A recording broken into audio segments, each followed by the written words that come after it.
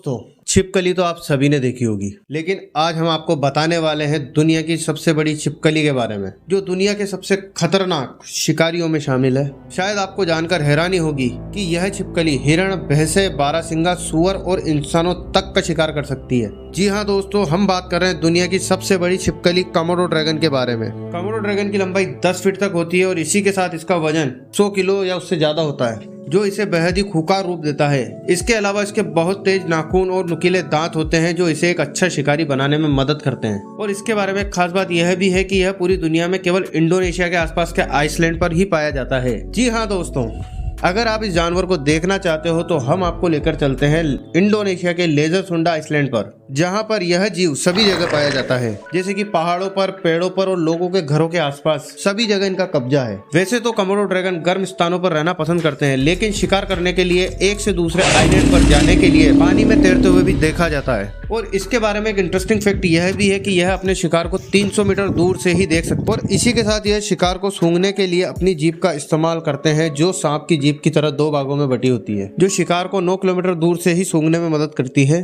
और इसी के साथ इसकी लार में 50 अलग अलग तरह के बैक्टीरिया पाए जाते हैं, जो इसके काटने के साथ शिकार के शरीर में चले जाते हैं और शिकार के काम करने की स्पीड को कम कर देते हैं और धीरे धीरे शिकार की मौत हो जाती है। इसी के साथ कुछ वैज्ञानिकों का यह भी मानना है कि कोमोडो ड्रैगन के गले में एक जहर की थैली होती है। यह जहर काटते समय शिकार के शरीर में चला जाता है, जिसके कारण धीरे धीरे शिकार की मौत हो जाती है। इसके बारे में एक खास बात यह भी है कि कोमोडो ड्रैगन इंडोनेशिया के टूरिज्म में अहम भूमिका निभाता है। इसे देखने के लिए लोग दूर दूर से आते हैं। और इसी के साथ कोमोडो ड्रैगन यहाँ के लोगों के लिए एक बड़ी समस्या भी है, क्योंकि यह यहाँ पर मरे हुए लोगों की कब्रों को खोदकर उनकी लाशों को निकालकर खा जाते हैं। और इसी कारण यहाँ के लोग कब्रों पर भारी पत्थर रखवाते हैं। और इसी के साथ कोमोडो ड्रैगन के द्वारा कई इंसानों पर हमले की घटनाएं भी सामने आई हैं, जिनमें से साल 2009 में मोहम्मद अनवर नाम का एक आदमी बाग में चीनी सेब तोड़ने गया था, लेकिन सेब तोड़ते समय पैर फिसलने के कारण वह बेहोश हो जाता है। पेड़ के नीचे 2 कोमोडो ड्रैगन होते हैं, जो बेहोश अनवर को मारकर खा जाते हैं। और अगर बात की जाए इसके बच्चों की, तो मादा कोमोडो ड्रैगन अगस्त से सितंबर महीने में अंडे देती है,